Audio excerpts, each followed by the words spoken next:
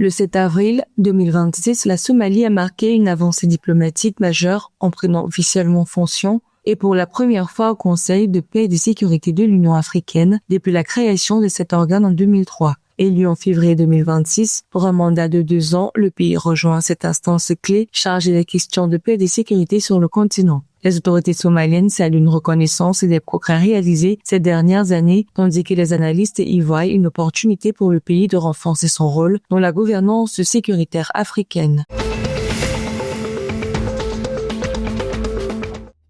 Le 7 avril 2026, la Turquie et le Soudan ont réaffirmé leurs liens bilatéraux lors de leur 9e série de consultations politiques à Port-Soudan. Les deux pays ont souligné l'importance de renforcer la coopération économique, culturelle et politique, tout en soutenant les efforts visant à résoudre la crise actuelle au Soudan. La Turquie a réitéré son engagement pour la souveraineté et la stabilité du pays et a annoncé la poursuite des échanges réguliers de haut niveau, y compris l'accueil prochain de responsables soudanais en Turquie. D'ailleurs, la poursuite de la coopération technique a été évoquée, renforçant les liens institutionnels entre les deux armées pour la sécurisation d'infrastructures critiques.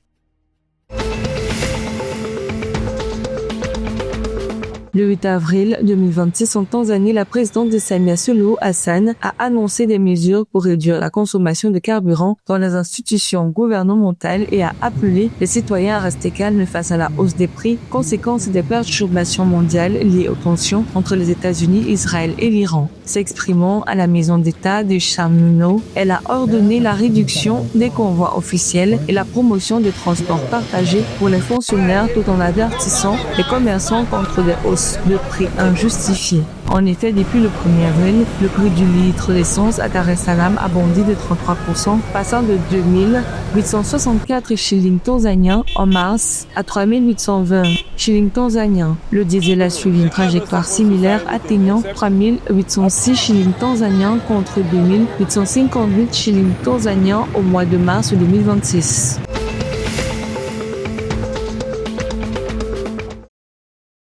L'autorité intergouvernementale pour le développement en partenariat avec le gouvernement de Djibouti a lancé le 7 avril 2026 à Arta à Djibouti un atelier de 3 jours visant à renforcer les institutions d'enseignement et de formation technique et professionnelle.